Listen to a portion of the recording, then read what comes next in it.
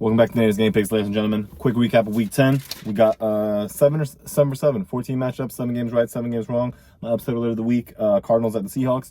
The Cardinals lost, leading their losing streak. The Seahawks extending it now to 9 games in a row. Moving on to Week 11, we have 2 teams on byes. It's going to be the Saints and the Colts. Saints and the Colts are the 2 teams on byes, and we got 15 matchups to break down week 11. Overall record 82-67. So let's see what that percentage looks like for the end of the year. So without further ado, let's go ahead and check out week 11.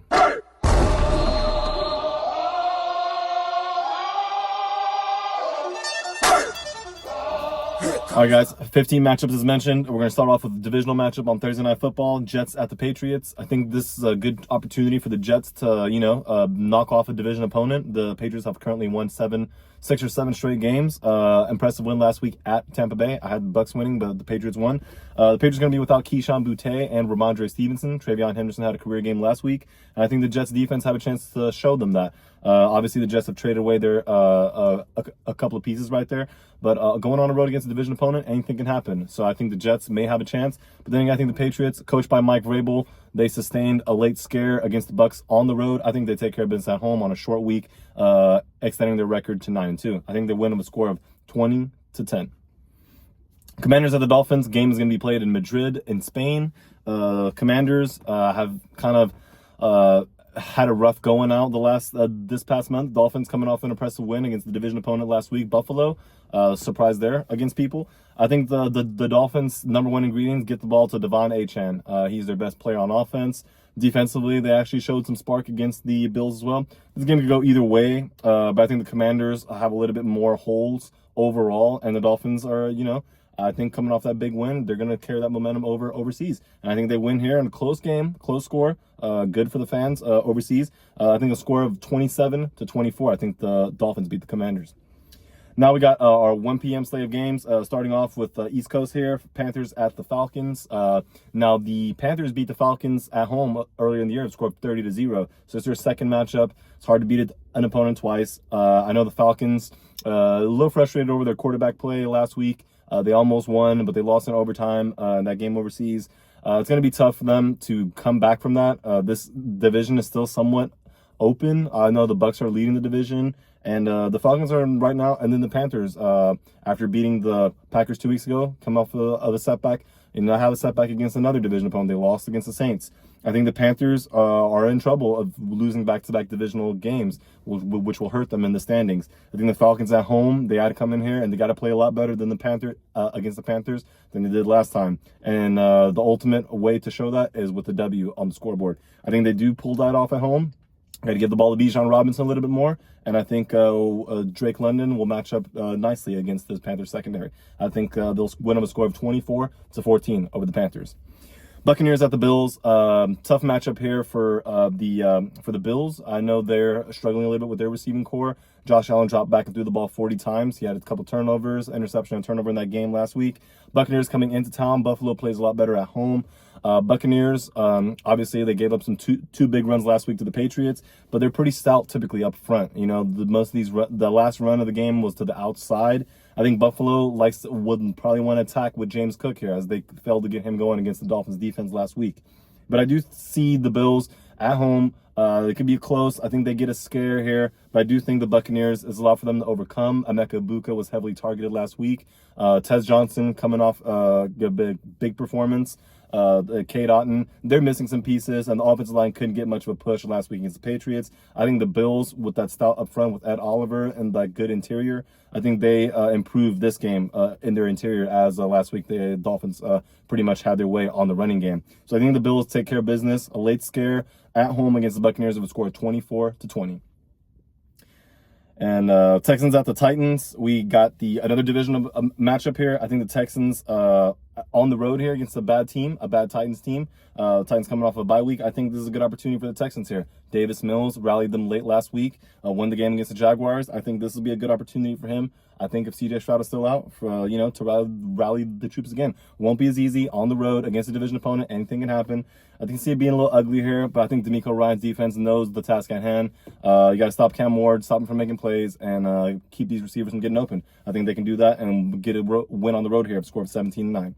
Moving on with the Bears at the Vikings. They met earlier in week 1. The Bears were up in that game at home, and the Vikings came back and won that game. I think now with the Vikings being at home, similar thing, they'll probably get a scare from the Bears. The Bears have won a lot of close games, and the Vikings lost last week, a close one to the Ravens with a lot of self-inflicted wounds. I think if the Vikings take care of the ball, they'll take care of business here, and they'll look to get back on the winning streak here. Last week, I mentioned their weapons, Jalen Nailor, Justin Jefferson, and Jordan Addison. This past week's loss to the Ravens, that was the order of their leading receivers. So that was kind of strange there. But I think the Bears on the road, they'll be coming in and look to establish the run. Kyle Monangai, DeAndre Swift.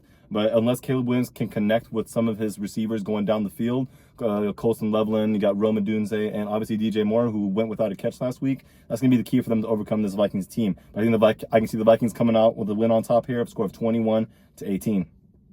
Packers at the Giants. Giants, Jackson Dart suffered concussion. He's going to be in protocol. Not much going for him. They let go of their coach last week. And I think the Packers also, they lost to an NFC East team last week at home, 10-7.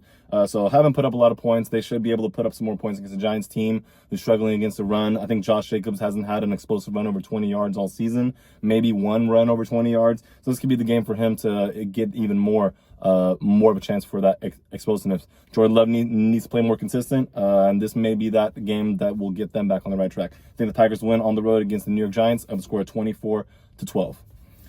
Bengals at the Steelers. I think division matchup here. I think the Bengals on the road against the Steelers team. Steelers at home. I think this would be a good chance. The Steelers obviously losing at the Bengals earlier this year on Thursday Night Football. Steelers at home, they typically play pretty well. Coming off a disappointing loss against the Chargers where they only put up 10 points.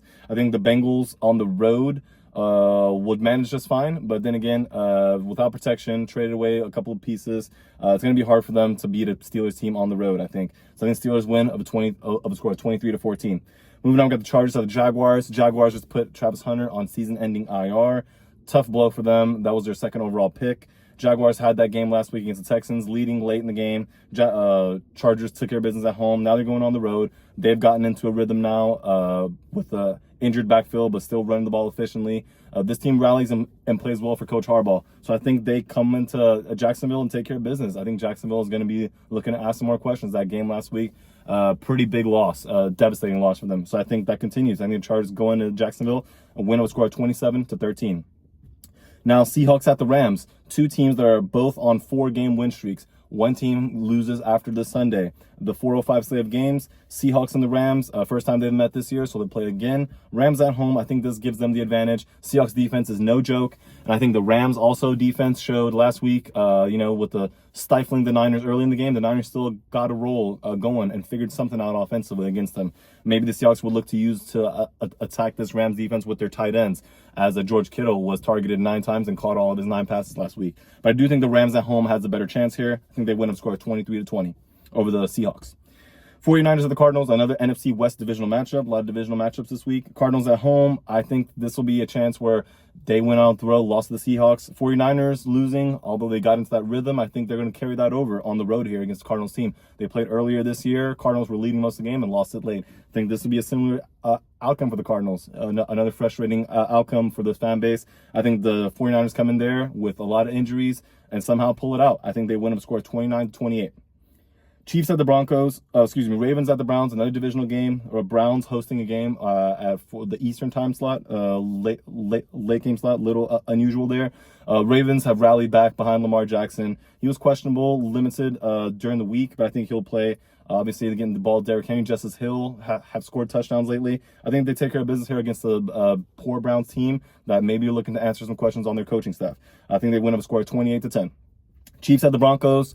Broncos 8-2, leader of the division of the AFC West, playing a Chiefs team, very good. I think the Broncos are going to be favored here at home. I think the Chiefs coming into town, they got a lot to prove.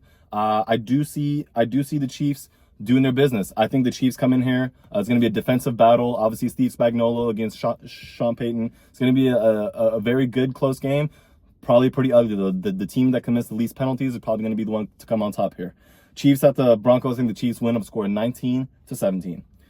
Lions at the Eagles. Here's my upset alert of the week. My upset alert of the week is going to be the Lions. I think the Eagles are the better team at home. And both these two teams, two big powerhouses of the NFC. I think the Lions on the road will have a disadvantage. Got to beat the Eagles team who play very stout defense. They limited Green Bay to only 7 points last week on the road. They're going to come home here.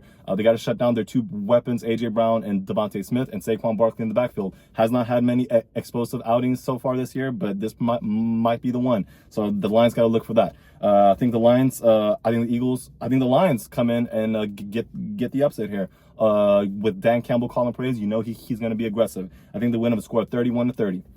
And finally, Monday Night Football, Cowboys at the Raiders. Cowboys coming off a bye week, traded for Quinnen Williams, traded for Logan Wilson. We'll have some other players coming off injured reserve, DeMarvion Overshown and Savone Revel. Raiders have attacked the seams well with their tight ends, Brock Bowers, Michael Mayer. I think they have that will be the key for them to get points up against this Cowboys defense, as they have struggled a lot of the passes over their heads. So it's going to be interesting to see. I do think the Cowboys will rally. A lot of reasons for them too. They've had a bye week to kind of settle themselves. I think they're able to do that on the road, beating the Raiders of a score of 30-17.